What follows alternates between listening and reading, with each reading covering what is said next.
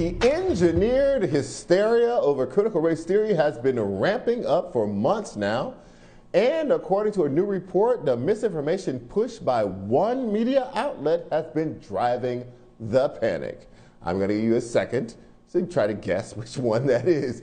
A new study by Media Matters claims the Fox News channel's obsession with critical race theory has been a year in the making. Media Matters analyzed their coverage and found that in just the last 3 months, there have been more than 1,900 mentions of critical race theory on the network. And in just the last week, Fox has mentioned critical race theory 244 times, an increase from the previous record high of 170 mentions the week before. Here with me now to discuss is founder and editor of Press Run Media, Eric Boehlert, and Howard University professor and author of American While Black, African Americans, Immigration, and the Limits of Citizenship, Niambi Carter. Thank you both for being here. So Eric, tell me about this report and why do you think this issue of critical race theory has caught fire for Fox News?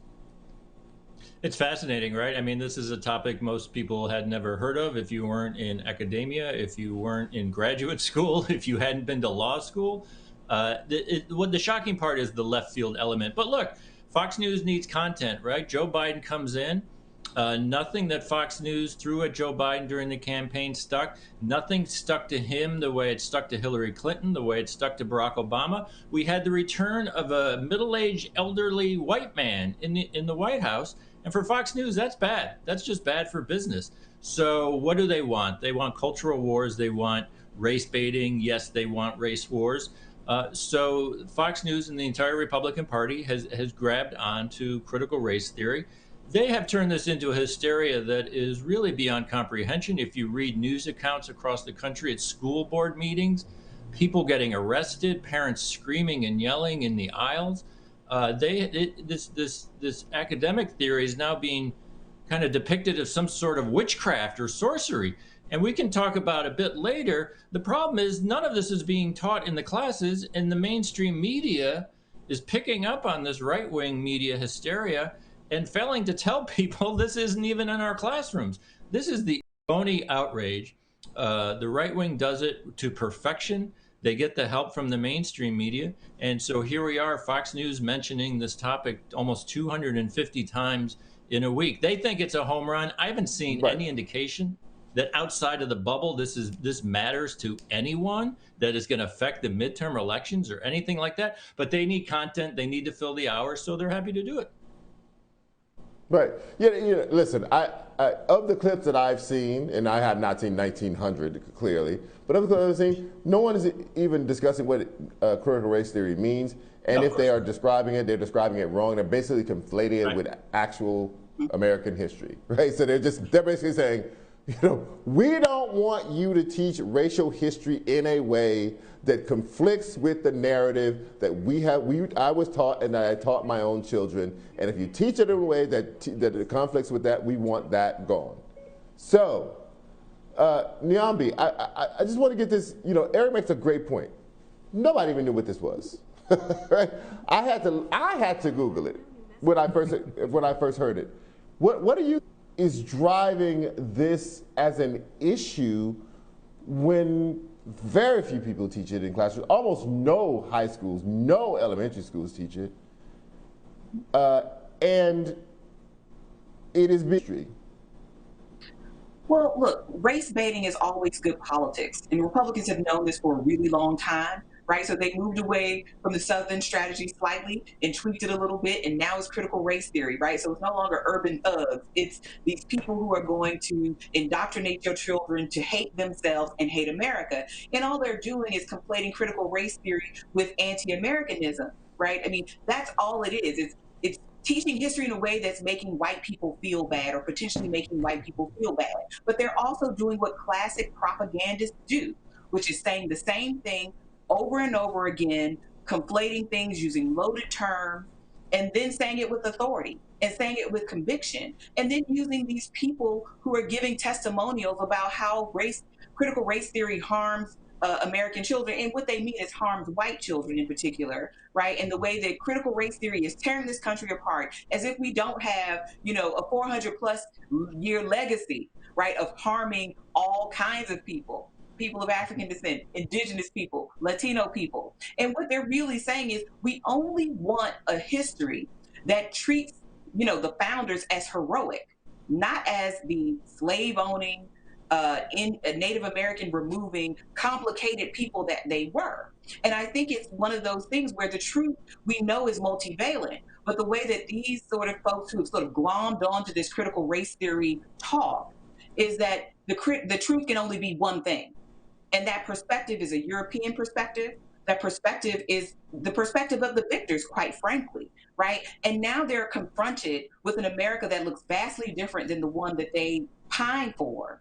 And they're talking to communities, or seeing that there are communities who are saying, we are not participating any longer in this nonsense, not that they ever were, right? But this sort of Black Lives Matter and this sort of confluence of things have come together that I think have lit people up into this crazy fear, right? That somehow their children are going to come home and hate them and hate everything about themselves. And that's not even what critical race theory does. So it's all nonsense, but it's powerful nonsense. And it can be useful nonsense. We saw it in 2016, and we'll see it, I think, again Right. at the midterms, as Eric hinted at earlier. So, Just one how quick much do you point. think this is just? I just want to ask this question. How much do you think this is just about, this strategy of activating the right, white nationalism, white supremacy, by giving them a sense of valor that they are protecting the vulnerable? We saw that in Trump's first run, when he was talking, Right. used the death of a white woman in California to say we need no more sanctuary cities, no more Mexicans to come here. They're violent, they're rapists. I always throw rape in, right? Because it is about raping white women.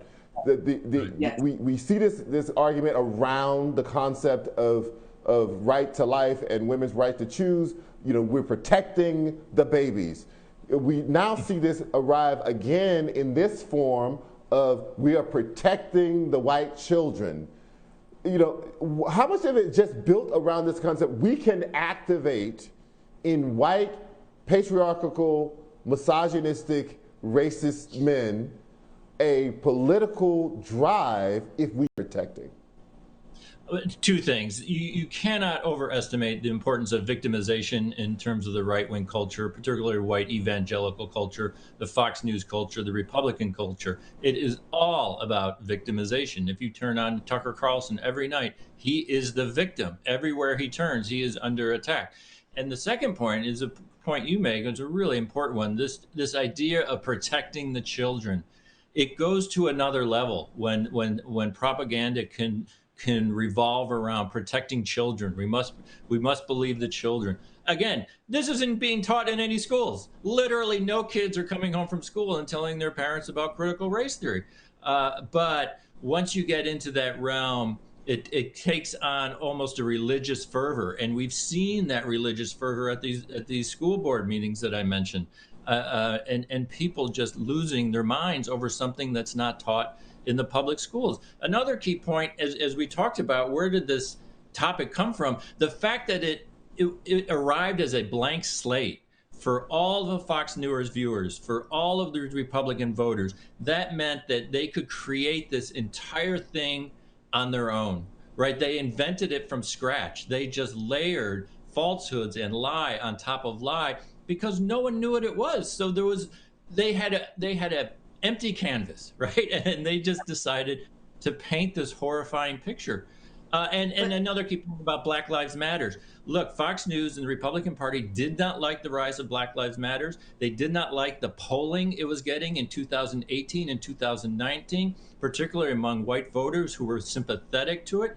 So they finally were able to organize a response to Black Lives Matter, give it a name, give it a substance, and they decided that response was going to be critical race theory, and so this is what they're going with. And again, I come back to my main point. It has Right. produced a very important content hour after hour after hour, and that's how they operate. But I also think Yeah, it's I mean, important to remember. I want to get your, yeah, I want to get your response to that, whatever whatever you want to say right there, but also your response to this idea that the anti-critical race theory campaign is basically a anti-Black Lives Matter campaign. I want to get your response to that. I think it is because part of what people were seeing with Black Lives Matter, in particular, how white opinion has shifted, is it has done the most work, right, in moving white opinion on these issues than any other moment in time. And I think that was a scary proposition. But I also think it comes along with this sort of replacement theory that these sort of this drumbeat that you see on Fox News, right, that we will not be replaced, that these people are coming and they're going to try to remake the world in a non-white fashion. And, part of this, and I think you hit a really important point, Charles, with this notion of protection of children. It's protection of white children.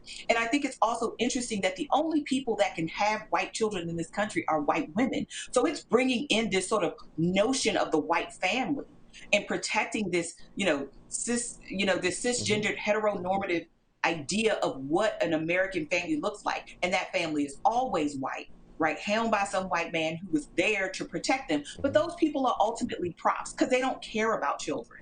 They do care about Black Lives Matter. They do care about Latino folks and Native American folks voting. That's the stuff that they care about. And those are the things that scare them because they're not just thinking about Black Lives Matter. They're thinking Hmm. about midterm. They're thinking about gubernatorial seats in Florida, Right. in Georgia, in Arizona. So they're thinking Right. about all of this. Right. Eric Boehlert and Niambi Carter, thank you guys for a fascinating conversation. Really appreciate your time. Thank you, Charles. Pleasure. The